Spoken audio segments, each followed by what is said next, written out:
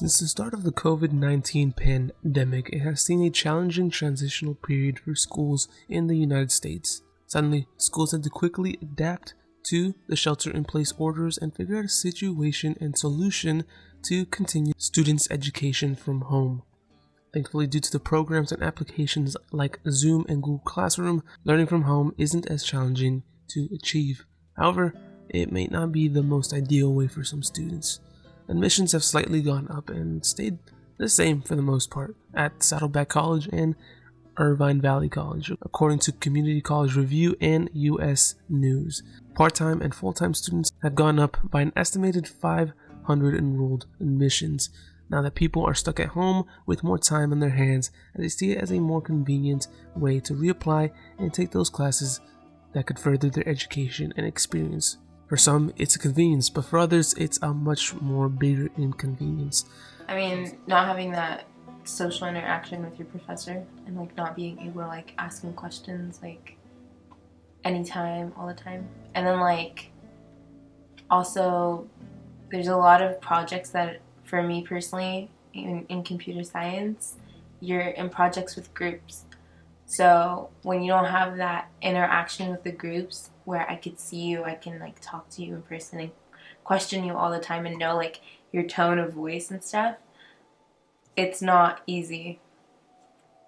Those who have little to no experience with technology may also be simultaneously dealing with their first semester of college or tackling some of their major's hardest classes. While the online classes are the best approach for the situation at hand, it's easy to see how this might not entirely work for all classes. Some courses require labs, equipment, and programs that colleges provide, and most students won't be given the opportunity to experience or learn these tools and skills firsthand.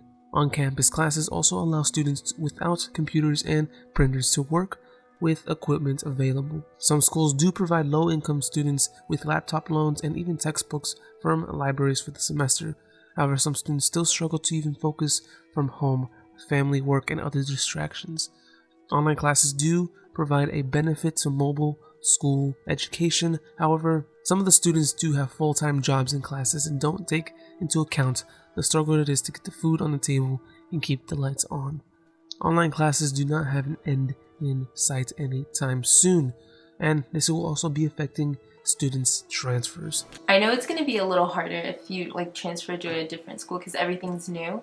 So I would rather be in person when everything's new than online, because not meeting my professors, not meeting my classmates, and then also not being on campus, that's part of the experience too. So not having that, and also when you're on campus, you can clearly see where your resources are, the library, the office, everything. So not being able to know what's on campus there is going to be a little difficult. Transfers have been taking a dip lately just because it's so much more harder to focus and finish up and wrap up those last few classes of their community college career.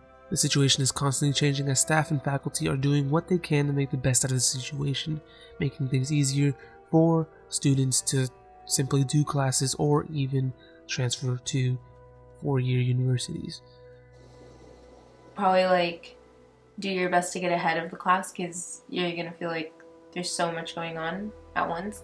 So for me, when I'm a little behind, I know that I have to kind of get ahead of the class by a week so that I can catch up with everyone else. In terms of lectures, I have to watch that a week in advance for me to be able to catch on. So maybe just pay attention to dates and maybe be a little in advance from everyone else.